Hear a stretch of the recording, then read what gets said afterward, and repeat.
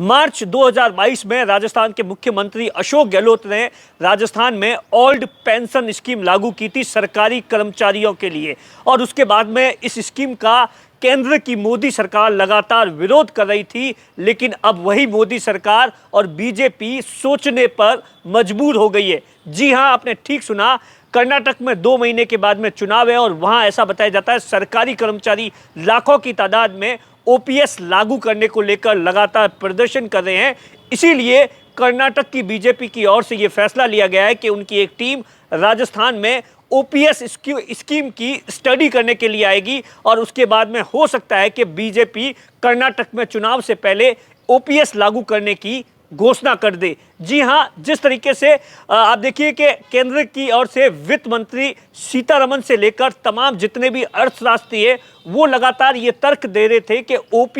OPS जो scheme है वो कहीं ना कहीं अर्थव्यवस्था के लिए घातक है। लेकिन जिस तरीके से कांग्रेस ने ओपीएस, चाहे राजस्थान हो, छत्तीसगढ़ हो या दिल्ली में केजरीवाल हो और तमाम जगहों पर लागू हो गया है, तो उसके बाद में कहीं ना कहीं बीजेपी भी अब ओपीएस को लेकर सोचने पर मजबूर हो गई है। दरअसल जिस तरीके से 13 महीनों के बाद में लोकसभा चुनाव है और बीजेपी को कहीं ना कहीं ऐसा लगता है कि ओपीएस आने वाले समय में एक बहुत बड़ा चुनावी मुद्दा हो सकता है, क्योंकि ऐसा कहा जाता है कि ओपीएस से डायरेक्ट और इनडायरेक्ट 20 से 22 करोड़ वोटर्स जुड़े हुए हैं। अगर ये केंद्र सरकार की माने तो पूरे देश के अंदर 4 करोड़ से ज़्यादा कर्मचारी है और उनके अगर ये परिवार के सदस्यों को मान लिया जाए तो 20 करोड़ के आसपास लोग होते हैं। लिहाजा जिस तरीके से 2 महीने के बाद में कर्नाटक में चुनाव है और उसके बाद में राजस्थान, छत्तीसगढ़ और मध्य प्रदेश में चुनाव है, तो कहीं ना कहीं बीजेपी को अब लगता है कि ओपीएस आने वाले समय के अंदर एक बहुत बड़ा मुद्दा हो सकता है और यही